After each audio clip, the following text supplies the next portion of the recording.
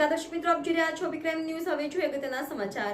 ખાંભા નજીક પચપચિયા ગામ પાસે માનવ હુમલો કરનાર દીપડાને વન વિભાગ દ્વારા પકડી લેવામાં આવ્યો। થોડા દિવસ પહેલા ખાંભા પાસે આવેલ પચપચિયા ગામ પાસે એક દીપડા દ્વારા માનવ હુમલો થયો હતો, જેમની જાણ વન વિભાગને કરવામાં આવતા વન વિભાગની ડીસીએફ રાજદીપસિંહ ઝાલાની સૂચના અન્વયે આરએફઓ લકુમ તેમજ રેસ્ક્યુ સ્ટાફ દ્વારા 4થી વધારે પાંજરા ગોઠવીને ખૂબ જ મહેનત બાદ આ દીપડાને પકડવામાં સફળતા મેળવી હતી। દીપડાને પકડીને તરત જ વન વિભાગના એનિમલ કેર ખાતે ખસેડવામાં આવ્યો હતો।